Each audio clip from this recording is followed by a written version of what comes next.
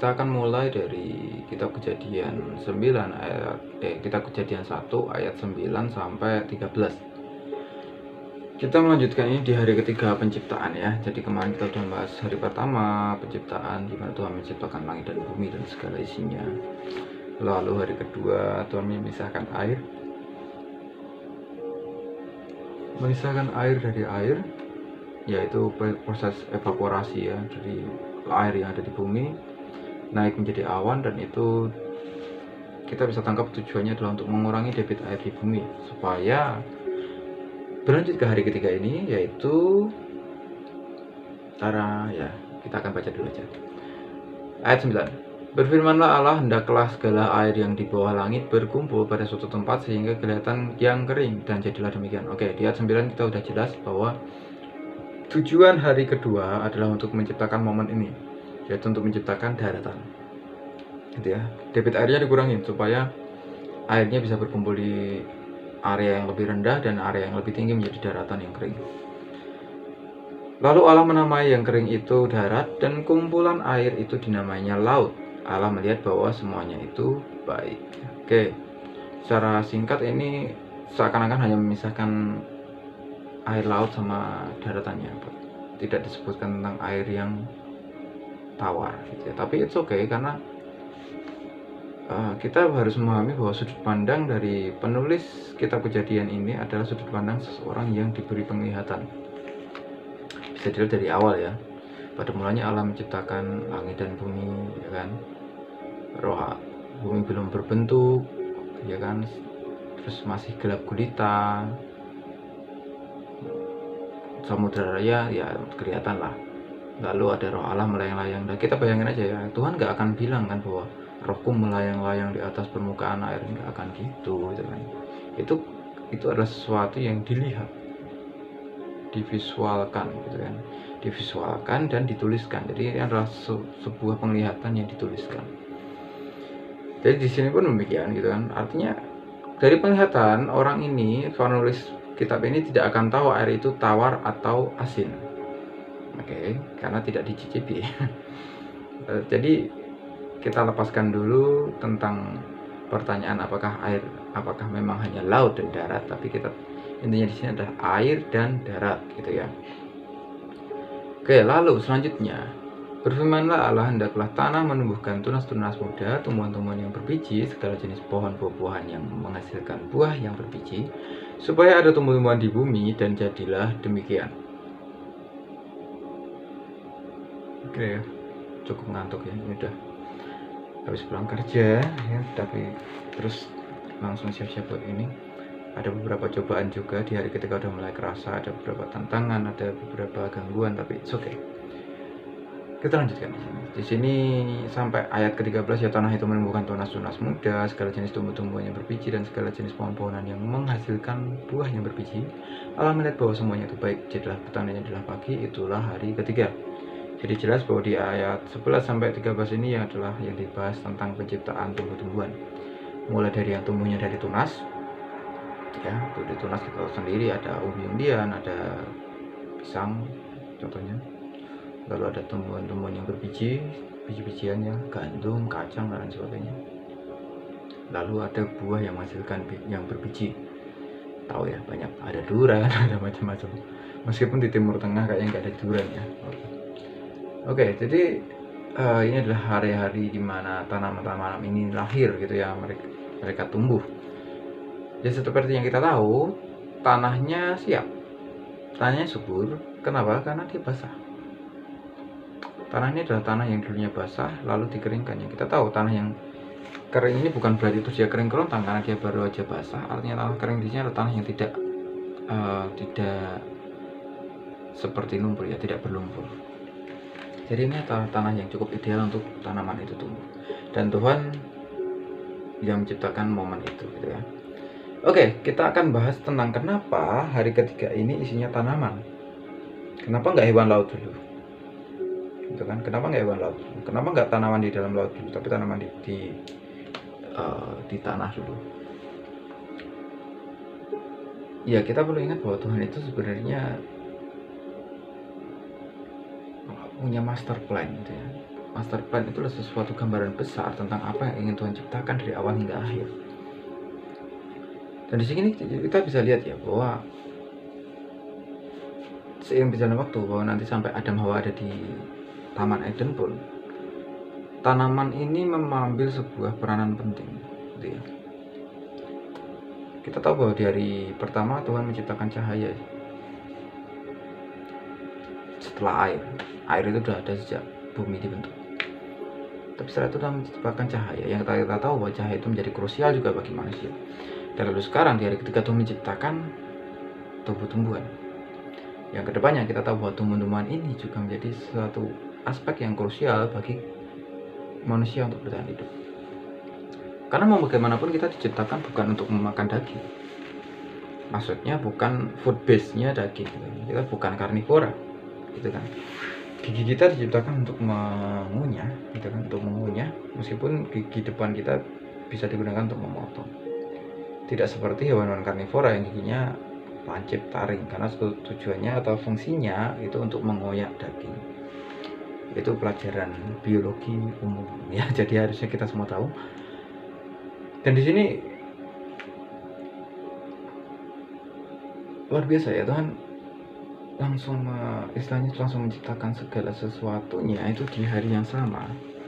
Artinya segala tumbuhan yang ada di bumi itu diciptakan di hari yang sama.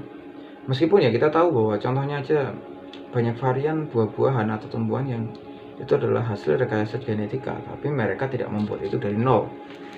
Mereka membuat itu dari tanaman yang sudah ada, gitu, direkayasa genetikanya. Contohnya jagung yang dulunya tidak bisa dimakan atau tidak enak, hari ini direkayasa genetik gimana caranya supaya bijinya banyak, bijinya enak dan bisa dimakan dengan baik, gitu ya. Ya dulunya jagung itu tidak seperti sekarang gitu, hanya seperti rumput, gitu kan. Tapi pada akhirnya bisa menjadi seperti sekarang dan kita bisa merasakan menikmati jagung manis. Itu contoh paling real.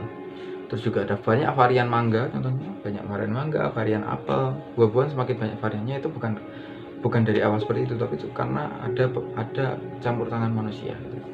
Tapi terlepas dari itu, kita bisa melihat bahwa di sini Tuhan menciptakan aspek-aspek krusial yang dibutuhkan manusia untuk bertahan hidup. Pertama, daratan. Kenapa daratan diciptakan? Ya seperti yang aku pernah sampaikan di hari kedua kemarin ya. Kalau daratan nggak diciptakan, kita nanti bentuknya akan seperti oke. Kita akan bentuknya akan seperti duyung mungkin ya waktu kita diciptakan. Tapi di sini Tuhan menciptakan daratan dan Tuhan menciptakan tempat kita untuk berpijak, gitu ya. Oke, lalu kedua tanaman, dan tanaman ini aspek krusial. Kenapa? Karena tanpa tanaman manusia nggak akan bisa bertahan hidup di hari pertama menciptakan. Bukan di hari pertama penciptaan dunia ya, maksudnya di hari pertama dia diciptakan. Kita nggak pernah tahu awal mula bentuknya manusia itu gimana. Apakah kita diciptakan itu langsung dewasa, atau Tuhan menciptakan kita dari bentuk bayi? Itu yang kita belum tahu, kan? Yang kita tahu hanya Tuhan menciptakan manusia segambar dan rupanya dan diberikan nafas hidup. Oke, nanti kedepannya aku akan bahas lebih banyak tentang manusia, tapi kita sekarang fokus di buah-buahan dulu dan tumbuh-tumbuhan. Jadi intinya ini aspek-aspek krusial yang Tuhan ciptakan di hari ketiga ini ya, tanah dan tumbuhan. Dan kita tahu bahwa itu semua adalah kebutuhan hidup manusia, gitu ya. Itu semua adalah untuk kebutuhan hidup makhluk atau ciptaan Tuhan yang lain, dan terutama manusia, karena kita tahu bahwa Taman Eden itu adalah tempat di mana manusia diciptakan, dan manusia hanya diizinkan untuk makan buah-buah yang ada di situ. Gitu ya. Hanya diizinkan untuk makan buah-buah yang ada di situ, karena waktu itu mereka belum tahu cara masak. Dia nggak bisa makan biji-bijian keras, gitu kan. Biji-bijian harus dimasak dulu. Jadi yang bisa dimakan adalah tumbuh-tumbuhan, buah-buahan. Sebenarnya Tuhan baik ya, bahkan sampai makanannya pun disiapkan gitu. Tapi ya itulah kan, Tuhan kita itu begitu detail. Dan kalau kita lihat ya, step by stepnya itu sangat ini ya, sangat rinci. Mulai dari hari pertama gitu kan, Tuhan sudah menciptakan airnya, sudah menciptakan samudra di bumi gitu kan. Kalau kita pikir ya, kita mau bentuk planet, apakah iya kita langsung, misal katakanlah kita ini bisa membentuk planet, nah kita membentuk planet, apakah iya kita akan langsung memberikan air di sana? Kalau kita sebagai seorang yang bisa melakukan itu ya, mungkin kita akan kepikiran untuk membentuk bentuknya dulu lah gitu, bolanya dulu seperti apa, baru nanti kita pikir oh di sini nanti tambahin ini. Aku pernah main sebuah game simulasi gitu kan, namanya Spore gitu kan, Spore Creator. Itu game lama yang intinya adalah kita di situ menciptakan makhluk gitu kan. Gak cuma makhluk, kita bisa mendesain planet juga. Jadi kita kesana kayak dalam tanda kutip seperti Tuhan gitu, atau seperti dewa di situ.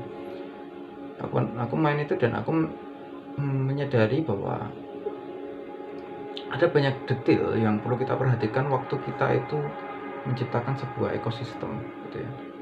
Entah itu di mana letak sumber airnya, entah itu berapa banyak tumbuhan yang ada di situ, entah itu ukuran planetnya, entah itu si makhluk ini dia mau food base-nya itu daging atau tumbuhan, atau dia mau daging dan tumbuhan, atau bagaimana dia ini bergerak, apakah dia dengan kaki, dengan sirip, atau dengan tentakel dan lain sebagainya. Di situ aku mulai menyadari bahwa gimana Tuhan merancang manusia dan bumi dan seisinya di hari pertama, kedua, dan ketiga, dan seterusnya. Itulah sebuah proses yang harus dilewati gitu kan. Karena tanpa proses-proses ini aku nggak bisa kebayang, karena aku gimana ya, waktu aku mau main game itu ya aku kan melakukan apa yang aku suka gitu. Tapi ternyata tidak semua yang aku suka itu bisa berakhir baik. Beberapa kali makhluk yang aku buat mati gitu kan dalam game itu, karena ya tidak sesuai dengan ekosistemnya, kalah dengan predator yang lain dan lain sebagainya. Yang artinya ada banyak hal yang perlu ditambah gitu. Gimana menambah intelijensi dari makhluk tersebut dan lain sebagainya. Itu game yang cukup rumit sebenarnya, cuma sayangnya berhenti dikembangkan. Nah di sini yang aku mau note atau aku mau highlight di sini adalah bahwa kita lihat ya bahwa Tuhan itu benar-benar step by step menyiapkan segala yang kita butuhkan. Jadi adalah suatu hal yang aneh jika kita masih meragukan tentang janji Tuhan. Karena bahkan tanpa Tuhan berjanji, Tuhan sudah menyediakan apa yang esensial bagi hidup kita. Aku bilang gini bukan karena aku orang paling percaya di bumi ya. Aku pernah mengalami masa-masa yang aku meragukan juga. Aku tidak bisa bilang bahwa aku meragukan Tuhan gitu. Tapi yang aku ragukan adalah kenyataan, realita. Bahwa kenyataannya kok seperti ini. Apakah iya aku bisa menghadapi hari esok? Apakah iya harapan-harapanku bisa terwujud? Apakah iya doaku akan dijawab tepat waktu? Bukan Tuhan yang aku ragukan, tapi aku mulai meragukan keberadaanku sendiri gitu ya. Oke, jadi di sini kita bisa belajar ya bahwa Tuhan itu detail. Setiap aspek kehidupanmu Tuhan pasti akan perhatikan. Gitu, dan ini juga cukup menjadi rema buat aku gitu kan. So I thank God for this. Oke, ya mungkin dari sini kita bisa belajar beberapa hal ini. Aku gak bisa ngomong banyak tentang tumbuhan dan lain sebagainya, tapi kita bisa lihat esensinya bahwa intinya Tuhan memperhatikan kita. Tuhan memperhatikan setiap kebutuhan kita. Bahkan sebelum kita ciptakan Tuhan sudah memberikan itu step by step. Tumbuhan perlu waktu untuk tumbuh, meskipun Tuhan bisa instan.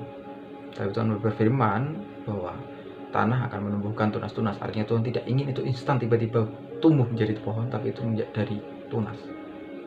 Tuhan sangat menghargai proses, bahkan dalam hidup kita. Ya, oke, itulah hari ketiga, inilah hari ketiga. Kita akan cukupkan sampai di sini. Sampai jumpa hari berikutnya. God bless you.